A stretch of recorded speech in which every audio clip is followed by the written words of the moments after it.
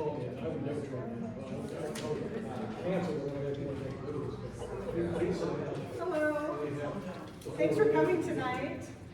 I just wanted to introduce you to Lisete Silva. She's an attorney, a partner with Germino, Amaral, Jordan, and Silva, and she's here in town. So she's going to actually do the seminar tonight. Thanks for coming. First, I just wanted to say thank you to Christine for inviting me to do this and for Berkshire for allowing me to be here tonight. We'll go over some basics of estate planning. We can go through the slides. I did print out because I know it's still a little bright in here.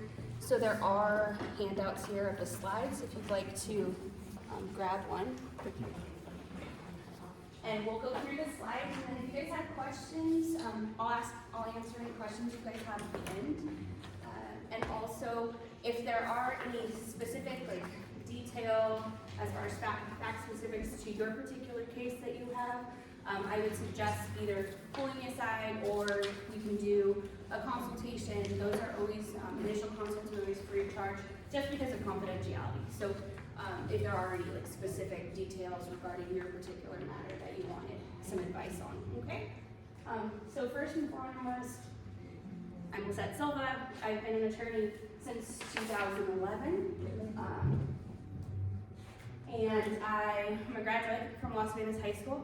I went to Santa Clara University for undergrad and then to Golden Gate University in San Francisco for law school.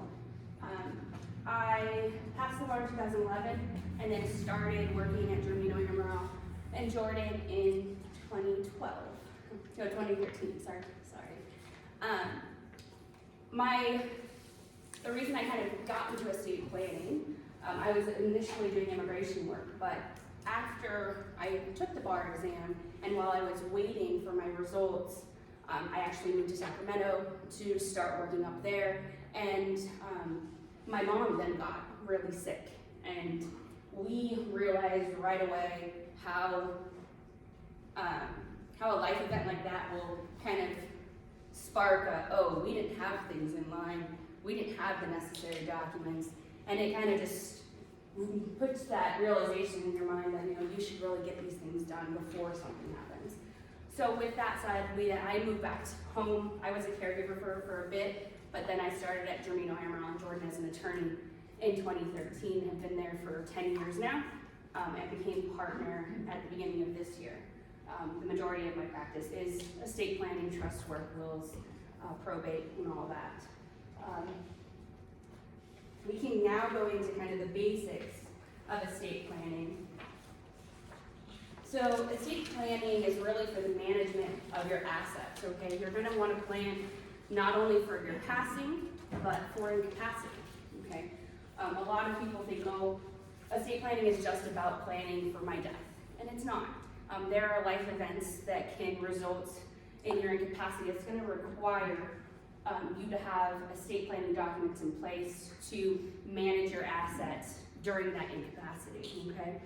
It works as succession of your estate by distributing your assets, so that's the plan for at death. And then it also helps you in establishing a care for minor children. So for individuals who have minor children, estate planning is very important. You can set up guardians for your children. You can set up an individual who will take care of the person and an individual who will take care of the estate of that child. Other importance and basics of estate planning is it's a plan to cover for your costs of in-home health or long-term care. You may need kind of a plan for that. You never know if that's going to be something that you're going to require when you have a health condition, okay? The importance of estate planning, it provides a means by which your financial, health, and medical matters will be handled in the event of your incapacity. It provides instructions to your agents and family regarding your desired level of care. It also allows you to determine when, how, and who your assets will be distributed to.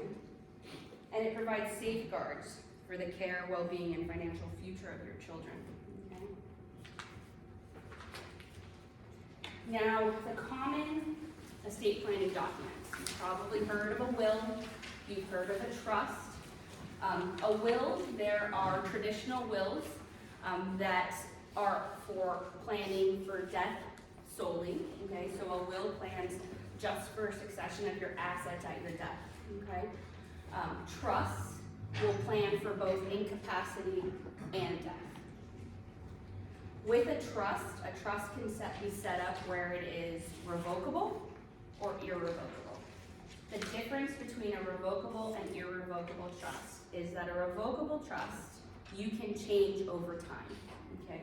So if you establish a trust this year, 5 years from now, 10 years from now, you want to make a change, a revocable trust allows you to do that. You can make an amendment to your trust and amend your estate plan. An irrevocable trust does not allow you to do that. So an irrevocable trust, when you create it, it's set up so that it's permanent, okay? There are means by which you can amend, but typically you are looking at a court proceeding in order to do so.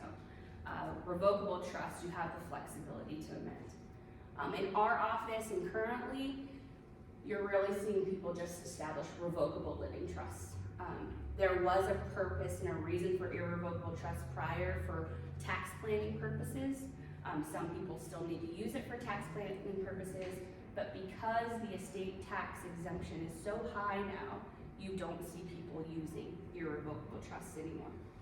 When I say the estate tax, so when you transfer assets upon your death, a lot of people are concerned, is my family going to get taxed on that transfer?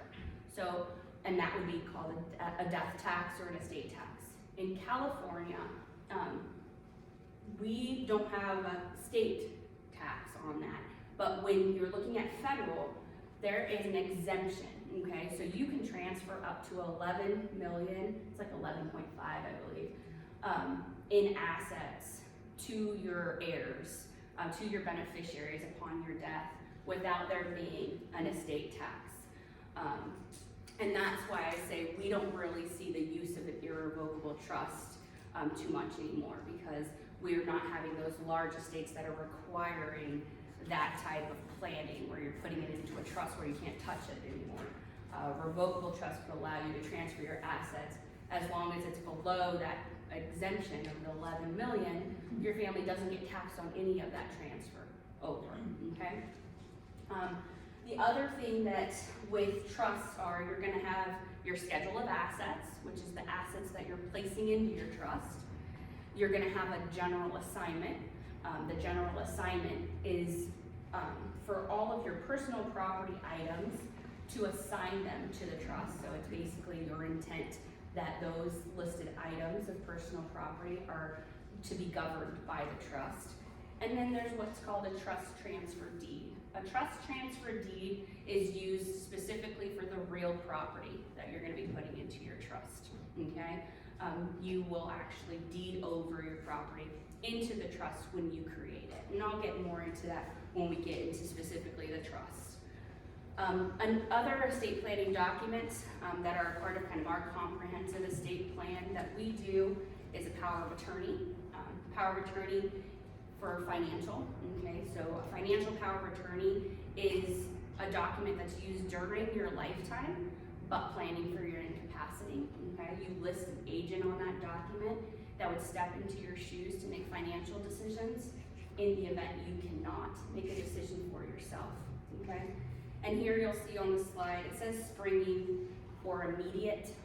The difference between the two is just a springing means I sign it today, but it's not effective today. It's effective if and when I become incapacitated, and an immediate is I sign it today, it's effective today, okay?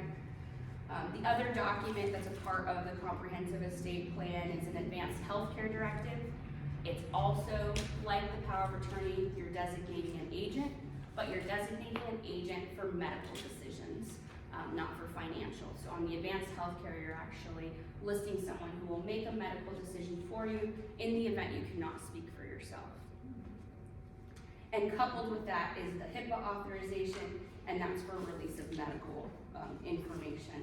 And we'll get into that more in the next couple slides. The next slide we have is regarding wills, okay?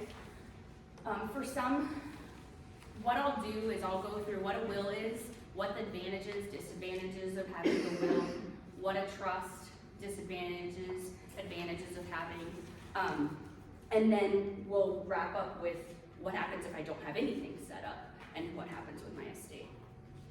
So with a will, it's the most common and really most understood estate planning kind of document. It's the originating, so you can have a holographic will, which is just a handwritten will. Some people have, they'll write just their handwritten will.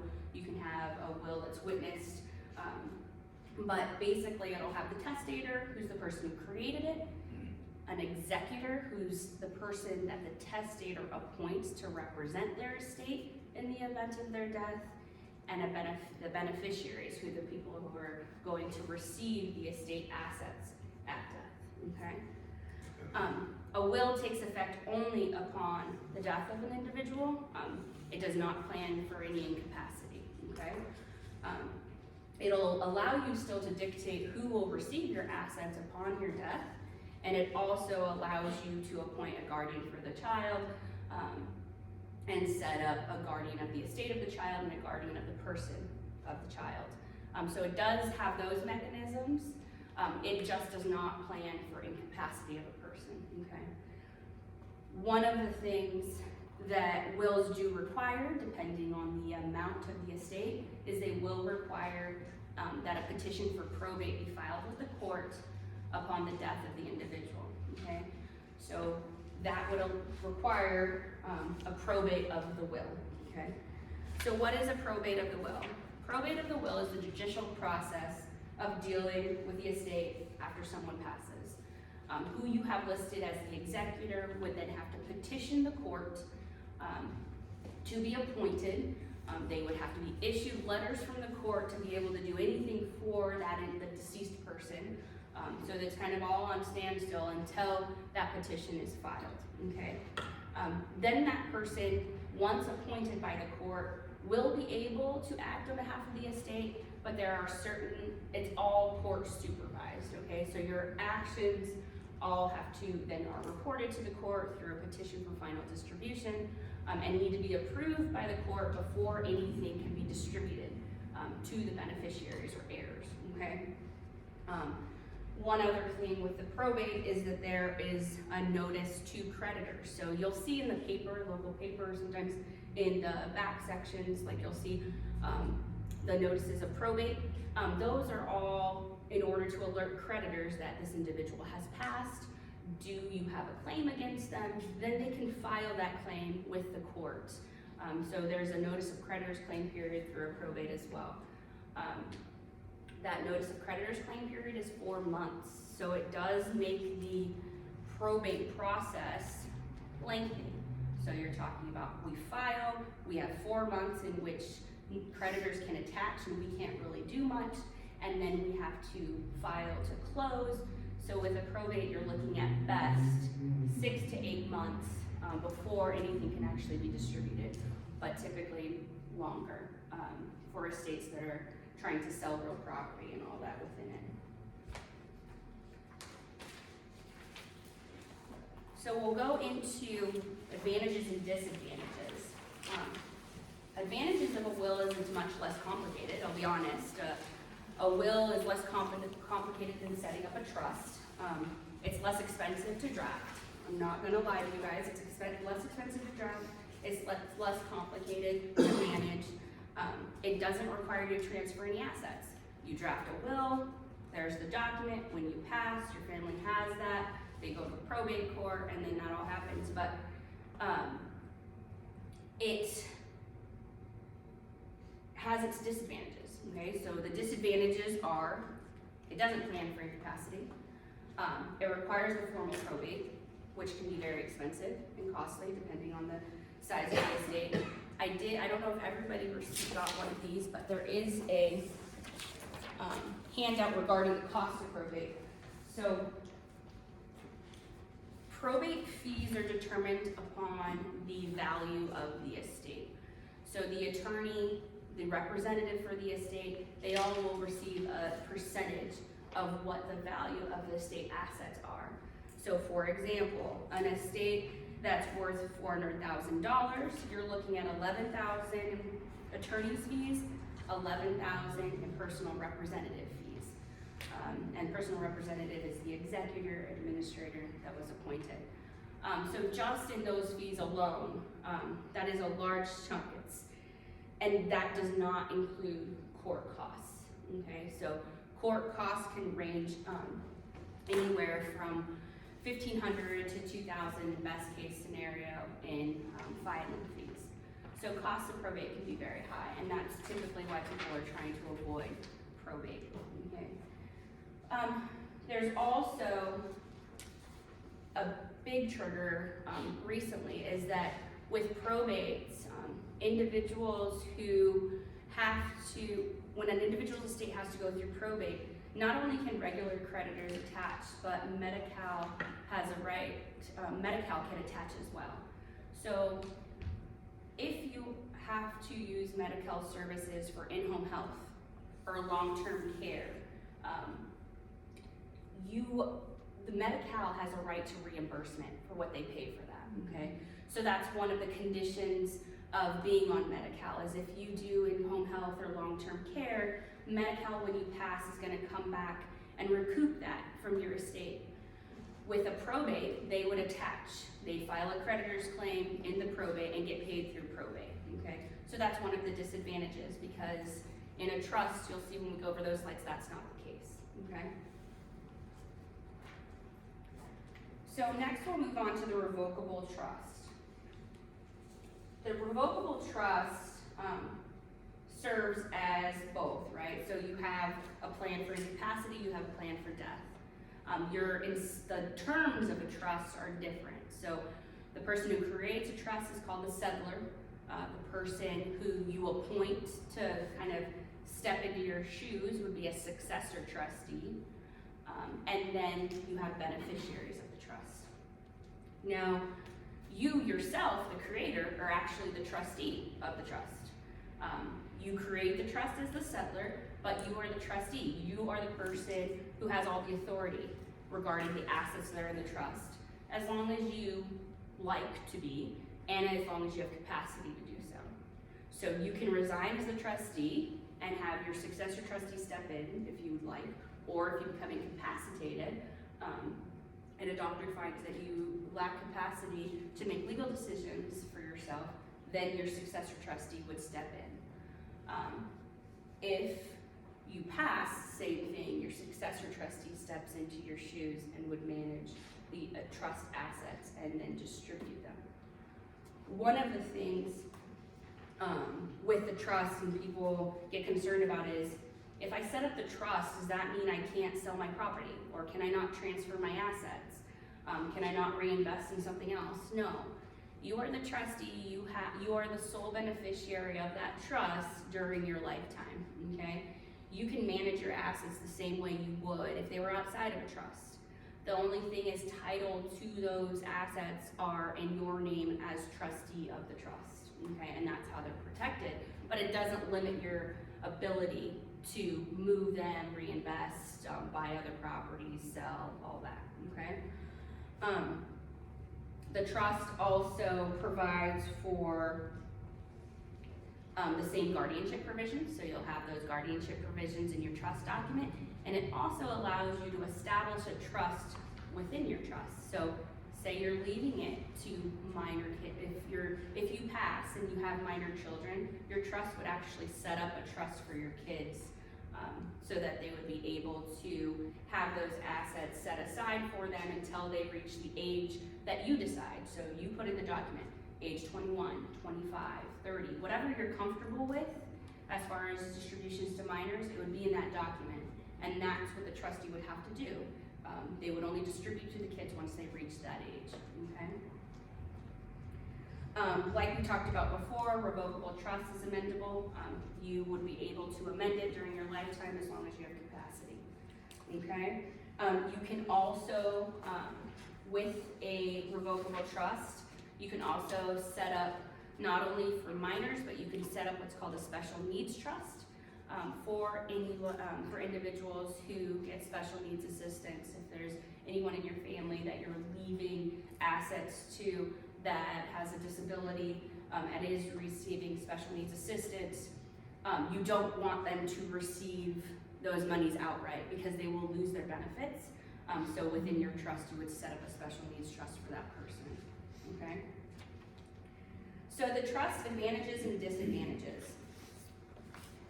Advantages to the trust is that it provides for transfers of your assets privately, okay? So with a probate, everything's public record, right? So anything if you have a will and you have to file a petition, your family has to file a petition for probate, it is of public record.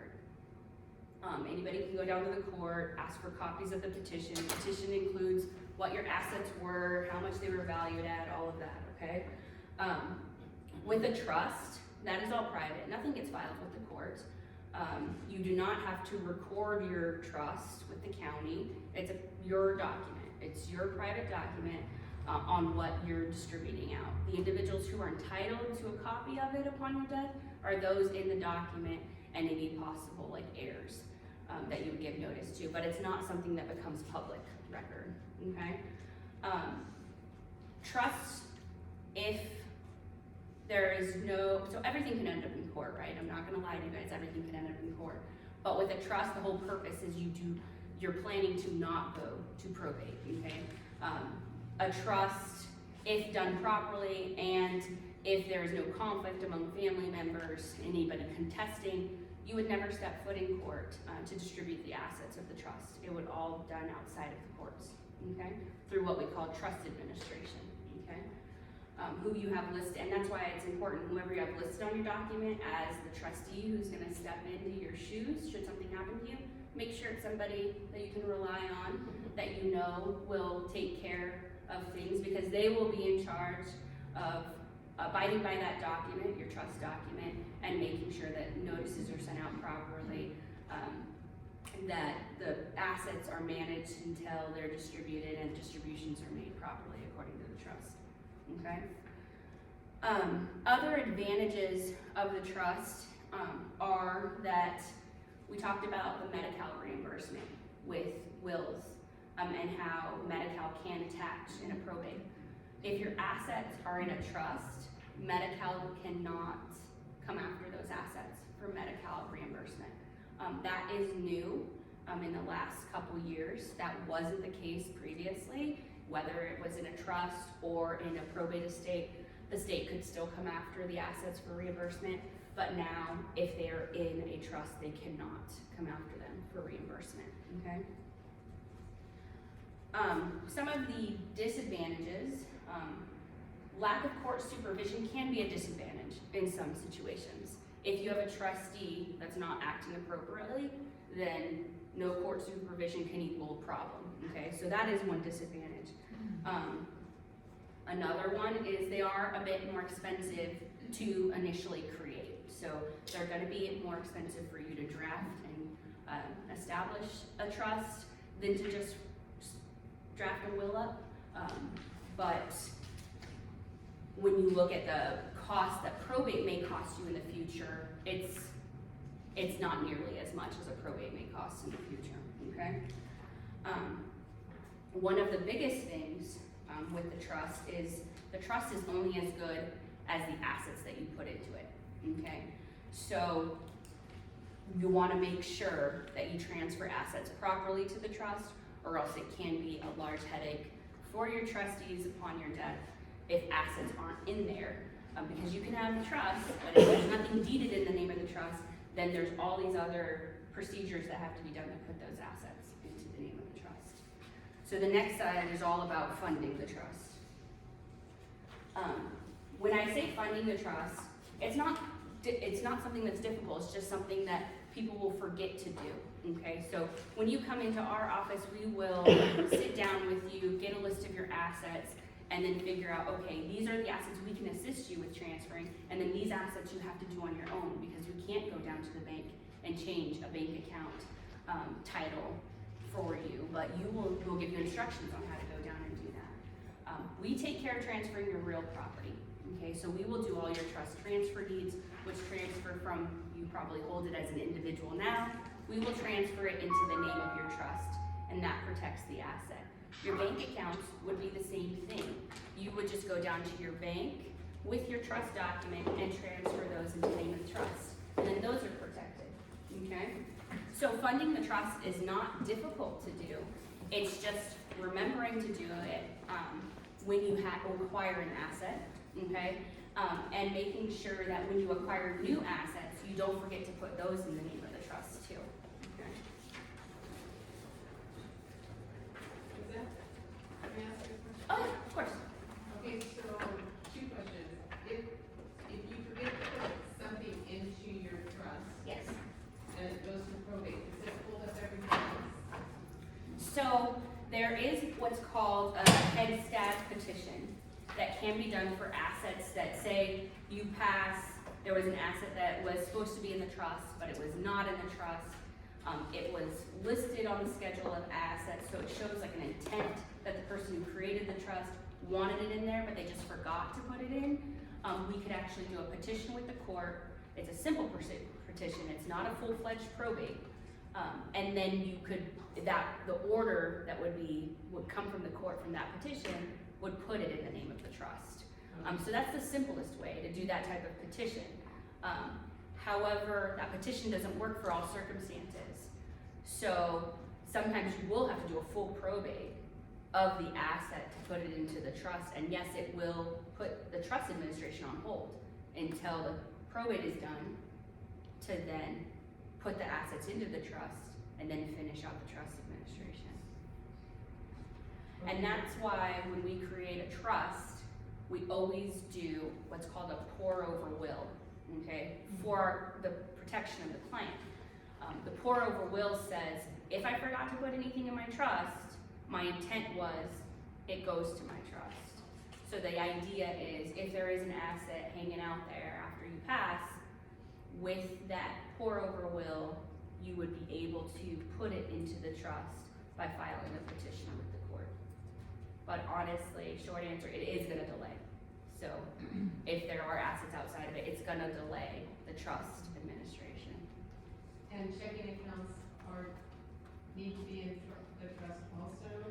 Depending on the type of account, okay? So there are certain accounts that are pay on death accounts or joint tenant accounts that have a means of transferring at death that wouldn't require a probate, okay? For those accounts, it's up to the individual whether or not they want to put it into the name of the trust. But for larger accounts that are just in the individual's name, it is always advised that those get put into the trust name to protect those assets. Yes. Hi, is it worthwhile to put vehicles into a trust, to change the title of vehicles? Only if they are like classic vintage. The reason is with those, they're always appreciating in value. With daily drivers, they're always depreciating.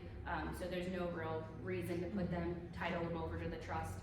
The process of transferring title at death with the DMV is really simple for those assets, showing a copy of the estate planning documents, whether it's a will or a trust, and transferring title to the person. Does the trust itself list the assets in the trust, like Bank of America, Wells Fargo? Is it actually listed there? And the schedule of assets, yes. Oh, it does. Yeah, so, If you have an account that's closed down, there's no purpose in me calling you up and telling you to take it off. They would know that when they went down there, but if I add something, obviously, then I would go through the trust. Is that correct? sorry, I don't know that I. So like, let's pretend I had an account with Wells Fargo, but I closed it. Okay. And it's in the trust. Yeah. I don't need to notify you that about the closing of a document. No, so the schedule of assets is just a snapshot of what you had when you created the trust. We understand that's gonna change, But over the time. add-ons, you wanna add on, give you and present the add-ons, of course, but. Not necessarily, as long as you You make have that sure. pour over, right? As long, not even the pour over, it's just as long as you make sure when you acquire these new assets, the title of those accounts are in the name of the trust. The letter you take to the bank, is that a generic letter that you would give to every, it's not one that's designed just for Wells Fargo, one for. No, Bank of yeah, America? what you're gonna take down to the bank is actually a copy of your trust document. Okay. And then you can take, what we do is called a certification of trust, which is a one-page document that has all the like essentials of what your trust is, when it was created, name of trust, creator of trust, so that it's easier for the bank representative to, you know, put the titling on the account. But you're not gonna have like a specific form for each bank. You can take, they're just Okay, gonna good. ask you for the trust Good. document, yeah. Also, Yeah. my next question would be real quick is, so I go to the bank, and I open up a new account, I take my trust with me, and I say, hey, put this in a trust. And it's labeled as a trust, but I forgot to tell you guys. Oh, it doesn't matter if Okay, you forget to that's tell fine. us. The biggest thing Is the heirs is have to title. know. No, not the heirs even, just is title of that account in the name of the trust. Because as long as it is, when you pass, then that's gonna be governed by what the trust says. Okay, Yeah. as long as the heirs know that, hey, I opened up an account over there, I just don't have it in my trust. Yeah, you're gonna wanna make sure that with your trust documents, you always have kind of like a current list of Yeah. assets, so that they know, that, you know, to look for those assets. I call it my death book, I have one at home, I got some stuff in there. Okay, that way, in case you did forget something, they can see it here and say, oh, this is not in that trust document, but it must be part of the trust. Yeah, exactly. Some of the things that people will come in and ask is, what's the best plan for me? They're not sure what is the best plan. Should I do a will? Should I do a trust? Do I not need either one? Some of the things to ask yourself is really, what is the value of my assets? Okay, the value of the assets is really going to determine what estate plan you go with. All right. If your estate consists of only personal property, so no real property, no homes, no land, nothing of that sort, just personal property, and that value is no more than $184,500, then you may well just do a will, because there are procedures that will allow you to do what's called a small estate affidavit, to transfer your assets upon death that wouldn't require a probate, okay? However, if you own real property, quite honestly, whether it's 1, 2, whatever amount of real property, you're gonna want a trust set up. Because the real property value, just the value of the property alone is gonna put you above that bracket. And then you're going to be hit with the probate fees of doing a petition for probate, your family is, your heirs, your beneficiaries, and then you're also, if you have that long-term care and home health situation with Medi-Cal, your assets are gonna be recouped by them for Medi-Cal purposes, for reimbursement.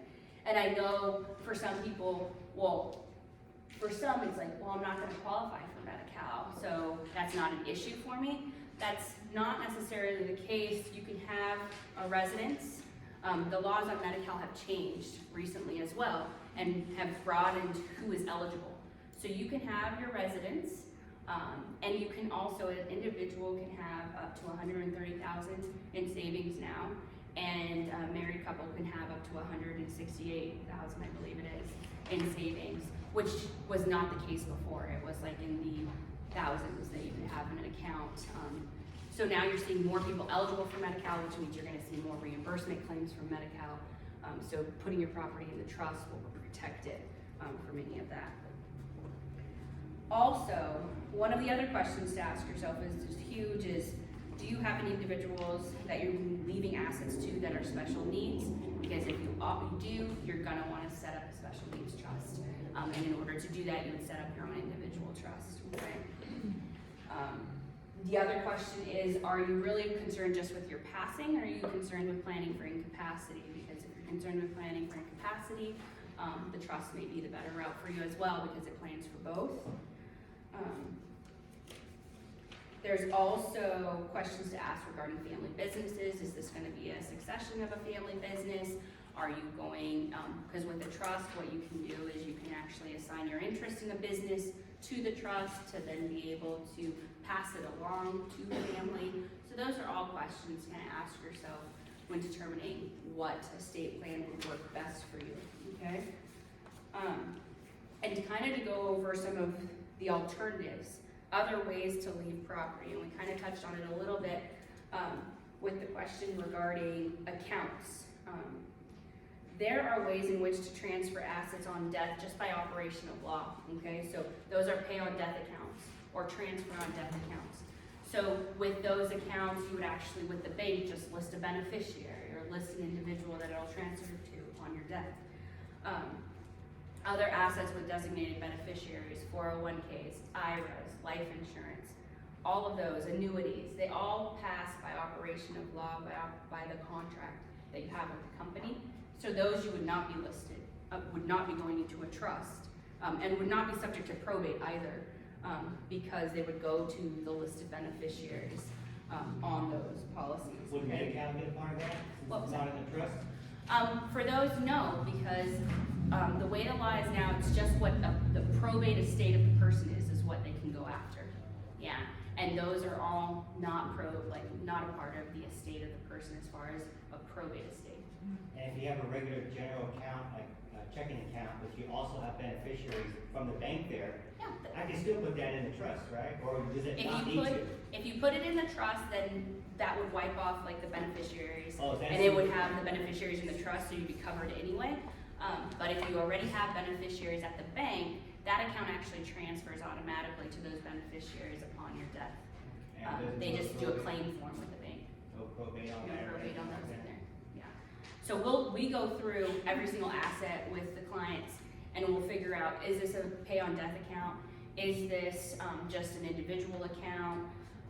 And then we'll make sure, have you updated your beneficiaries and all these accounts? So for a lot of our clients, for 401ks especially, IRAs and life insurance, you get those, you put beneficiaries when you initially get them and you forget about them, right? So we always go through with our clients and make sure, okay, are all those up to date? Because although we're not putting them in the trust, we still want to make sure that you have them all up to date, okay? Other ways in which to transfer now for real property, these last three here are all specific to real property. You can do joint tenancy, you can do community property with right of survivorship, and you can do a life estate. Those are all ways to transfer your property at death, your real property at death, without creating a will or a trust, but they all have their disadvantages, I would say, especially now. With the joint tenancy, if you hold your property in your name right now on your own, and you want to add, say, a child to it as a joint tenant, so that when you die, it goes automatically to that child through joint tenancy with right of survivorship. Understand that now the way that the law stands is that property, whatever interest you're transferring to the child, so say it's like 50%, it's gonna be reassessed for property tax purposes. So your property taxes are gonna go up by adding your child to the deed. The only exemption now available, which it used to be parent-child exemption all the way across the board, now the exemption is very narrow and it's only if it's parent-child and both the parent and the child live in the home.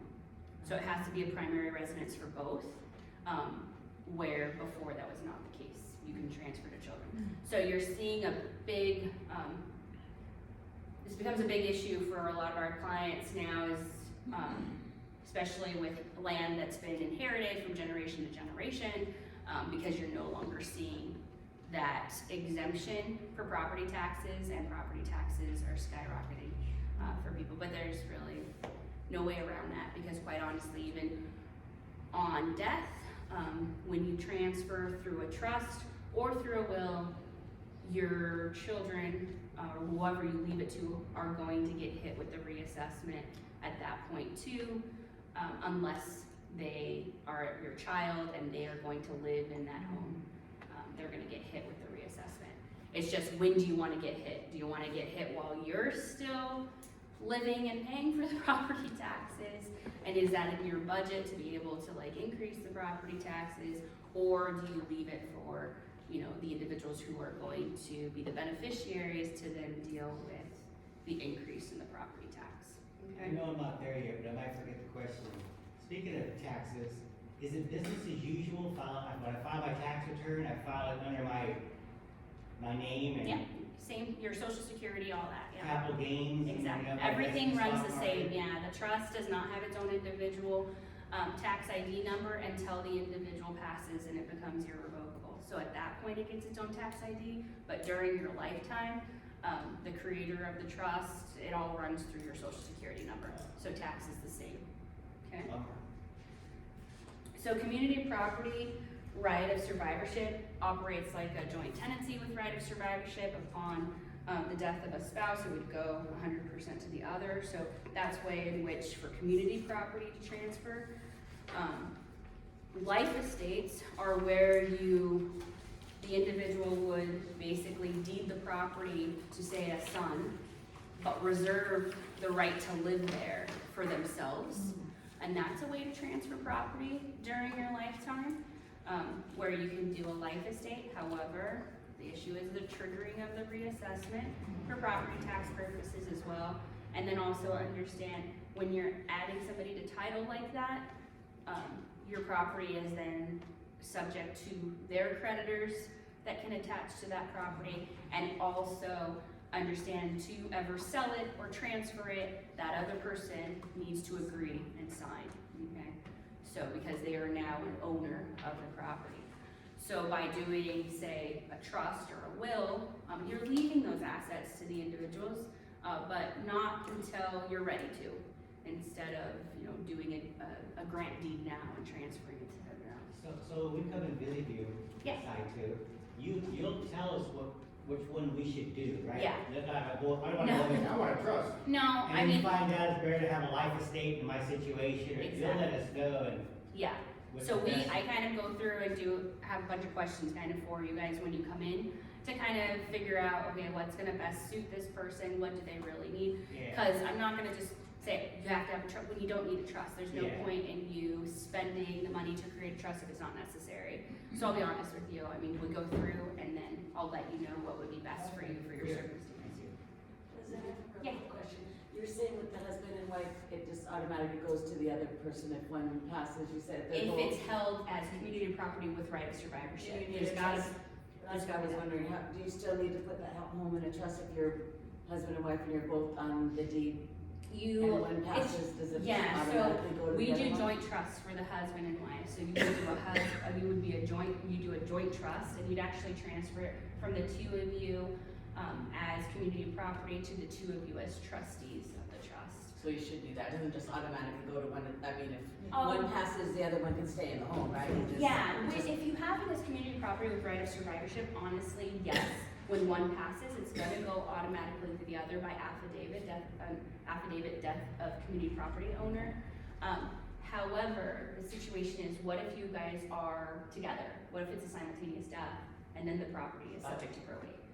So what you'll see is a lot of individuals will just plan, they'll do a joint trust, a married couple will do a joint trust, and they'll put that community property asset into the joint trust so that it's protected. Okay, that makes Yeah. sense. Who determines the value of your trust? What do you got? So actually everything is appraised. So we actually will have a date of death appraisal of all the real property done upon your passing. And then, for all financial accounts, it's actually dictated by your bank statement, or the statement from whatever financial institution. So they go based on initial acquisition, not today's value? They will go based on date of death value for the appraisal value at death, yeah, date of death value. And then another question in regards to property taxes. So if you hold your property, what about having like an LLC or a corporation? Are they, does it work the same with the step-up tax, property step? So what we do for our clients that are wanting to establish kind of like an LLC and also have their individual trust is we will do your individual trust, and your individual trust will actually hold all of your the real property will be titled in the name of the individual trust. And the LLC will be the business, right? But you don't want the LLC to be on title to all of your real property, because that defeats the purpose, right? The LLC is meant to limit liability, okay? If you deed all your property to the name of the LLC, then all of your property is subject to liability if something happens in the business. So what we will usually do, what we do for our clients is they'll have their assets in a trust. We set up an LLC. The trust will be on title to all the real property. And then the LLC operates separately. They may lease the property from the trust to operate the business, but the LLC doesn't actually own the real I property. guess what I'm trying to figure out is how to avoid the increase in property taxes. You buy something for $10,000 and it's for $2 million.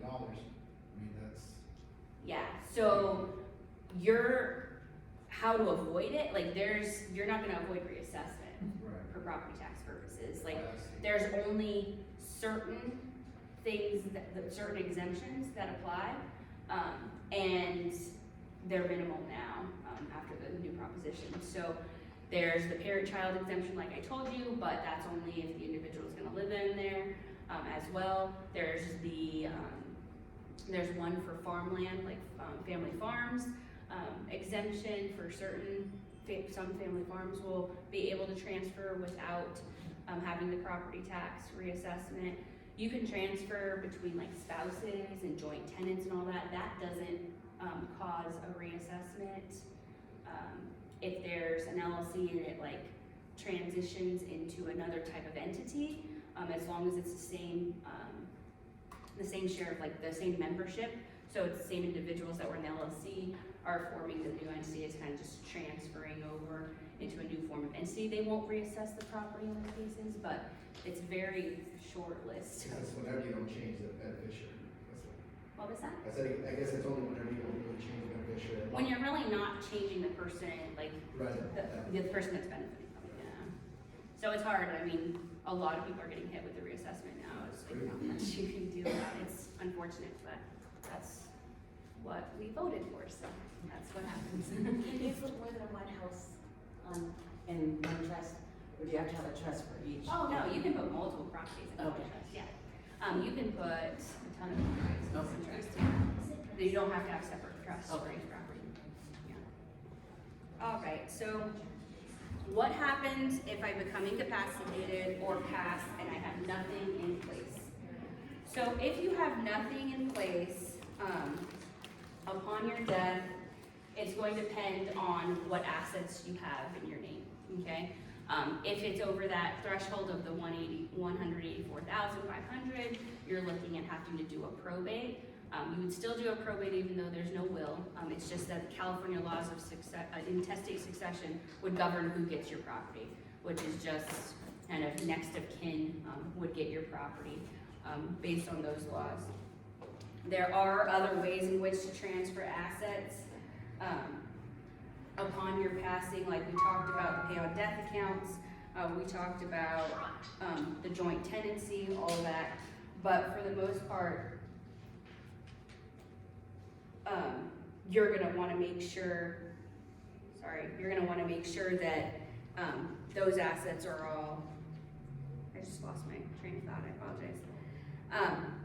If you become incapacitated without an estate plan in place, you will have to do a conservatorship. Sorry, I started going into death instead of incapacity. If you become incapacitated without an estate plan, you're gonna have to do a conservatorship with the court. A conservatorship with the court is a petition your family would file on your behalf to then be appointed as an administrator, basically, as a conservator of your estate. Then they would be able to act on your behalf because you wouldn't have any documents, right, saying a power of attorney or an advanced healthcare saying who would take care of medical decisions or financial decisions. You would have to then get somebody appointed from the court to be able to do those for you. So that's why it's important, at minimal, to at least have an advanced healthcare and a power of attorney to plan for incapacity. Because if not, if you become incapacitated, you cannot no longer legally sign anything. So the only thing your family can do is file for a conservatorship with the court at that point, okay? And now to death with no estate plan. My apologies. Death with no estate plan, that's when your family has to look at what are the assets of this individual? Do we have to go through probate? If we do, California law says it's going to X, Y, and Z. So your family has no input on who receives assets. It's strictly by California law on how it's divided. If you do not have anything in place saying who you want to go to, okay? There are procedures that can be done for smaller estates, a small estate affidavit. There is a spousal property petition. Those are all kind of alternatives that can be done to avoid a formal probate. But if you pass with a larger estate, know that your family is going to have have to go through probate, if you have a will or if you have nothing at all, okay? Okay.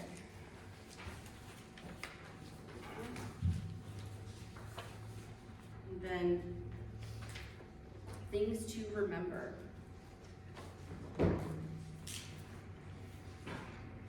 Estate planning is beneficial for anyone in any type of estate, because it's not just for individuals who have, large estates, lots of properties. It's also for individuals who have more moderate estates or small estates, because when you're looking at it, you're looking at planning not only for transfer of those assets, but for management of those assets when you need them, because of the mechanisms that plan for incapacity, okay? So, say with your power of attorney for financial, when you become incapacitated, that person steps into your shoes, is able to apply for any benefits that you need, is able to manage your accounts, pay your bills, take care of everything for you in the event you cannot for yourself anymore. With your medical directive, the Advanced Healthcare Directive, they're stepping into your shoes and making medical decisions for you when you cannot. And you in that form can dictate what kind of care you want. In the advanced healthcare, you can tell your agent, I want to be on life support. I do not want to be on life support. I want to have a burial. I want to have a cremation. I want to donate my organs. Those are all decisions you can make in advance. Put in that form and make it a lot easier for your family to make those, because they're not making those difficult decisions. You've already made it for them. The other thing is you are planning for succession of your property in a way that would protect it from any claims from Medi-Cal. You're also doing your best to protect from any estate tax. That may be because I don't want to go into like the details of that because it can get very complicated on individuals who may have like an estate tax issue because of the size of their estate, but we can develop trusts that basically create trusts within a trust that would avoid having an estate tax upon the individual's death if it's a very large estate that requires that. So there's all these planning mechanisms with an estate plan. We try to make sure that it's very comprehensive. Our estate planning packets that we do to plan for both scenarios, death and incapacity, and we help with the transfer of all those assets to the trust. I will open it up to any questions you guys have. I will try to answer them as best as I can in the time that we have, but if anybody also wants to pull me aside privately to speak of anything, we can do that as well. Anybody have any other questions?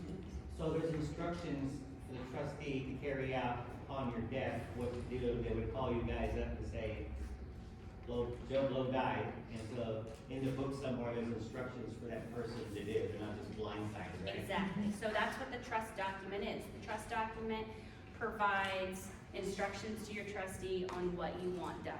So it'll state who you want your property to go to. You can be very specific and state this particular home is to go to so-and-so, or you can be as general as all of my estate is to be divided into 4 equal shares amongst my kids. It's really how specific or general you want it to be, but the trust document would advise your trustee on what to do. That's its purpose. Yes? How long does it take for the trust to be distributed? So trust administration, typically, so the notice that's sent out during trust administration gives everybody who's given notice 60 days, okay?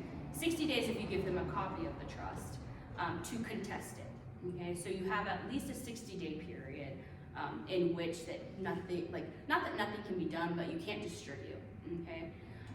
After those 2 months, then it's ready to move forward. So a trust administration can actually take, 6 months versus, a will that's gonna take probably closer to a year to finalize. But that kind of leads right into my question, with the contestability of the trust itself. How effective are those people able to go in and contest themselves?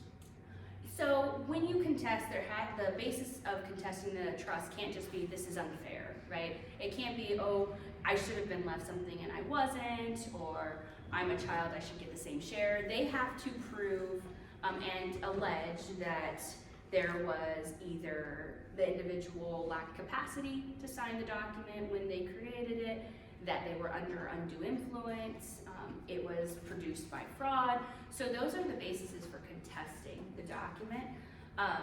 Not to say that, you know, somebody won't and have no basis and hold things up, that happens.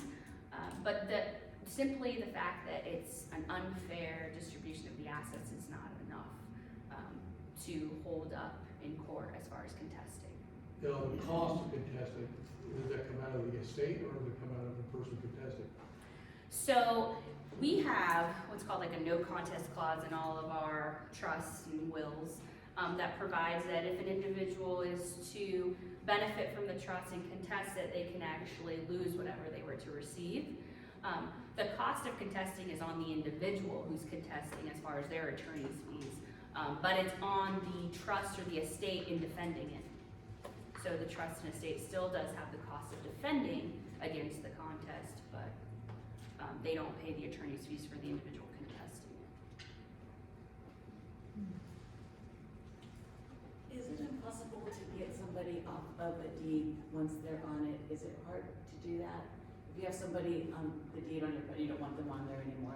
If they're on the deed, then they would have to be agreeable to sign off, so transfer title, yeah. So if they're on, like, that's why I say, like, if some people will turn to just adding people to the title or property as a way of transferring title on death, but understand, like, that is permanent unless that person agrees to sign off. So that whoever's on it would have to actually sign over on a deed, the property back to the individual or to whoever else to be taken off the title. What if that person is deceased? Well, that's different. So if Yeah. they're on title, Like an affidavit of death or something? yeah, so if it's a joint tenant who passes, then you record an affidavit of death with Merced County or whatever county the property is in, and then that would automatically remove that person. Is that something you guys would do, setting up a trust, if I needed to? If you're setting up a trust, then you wouldn't have it in joint tenancy, you'd have it in the name of the trust, the property. But you still would have to take that person's name off, wouldn't you? 'Cause- You take the person's name off and then you could put it into your trust, so we would do both. Oh, okay, that's what I was asking, Yeah. that's part of the service too, I would, yeah. Yeah. I mean, I'm So pretty sure. say you're married, you come in and the deed still has you and your spouse on it, we would do the affidavit of Okay. death and then we would do what's called a trust transfer deed to put the property in the name of the trust. Would there be a step up in property taxes in that situation? So there, in property taxes, when it's a death of a joint tenant or a spouse, that's an exemption. So the property taxes do not go up. All Yeah, right. it's not reassessed for property tax purposes Okay. on death of a spouse, yeah, All right. or a co-tenant, That was very important for you to know. okay? That was a good question. Any other questions? Anything that somebody would like me to go over more that was in the slide? I know there was a lot of information, but. I was under the impression you couldn't challenge the trust when this gentleman was talking No, about. yeah, unfortunately you can challenge everything. I guess so. But Yeah. your situations would be different from protesting it in a will. To me, it would be, it's like fraud, of course. You know, the guy's incapacitated and forgot to put him in the trust or. Yeah. But the way to cover that, I would presume, is I know someone who has a trust didn't want to leave anything to that child. Set up in $1. That proves that he didn't leave him out of trust. Yeah, and we will put like to kind of, if there is somebody that you're intentionally omitting, we actually put language in the trust that says, Oh. I'm intentionally omitting to provide for, so that that person cannot make any claim that it was by accident or Okay. mistake by the attorney or anything like that. Okay.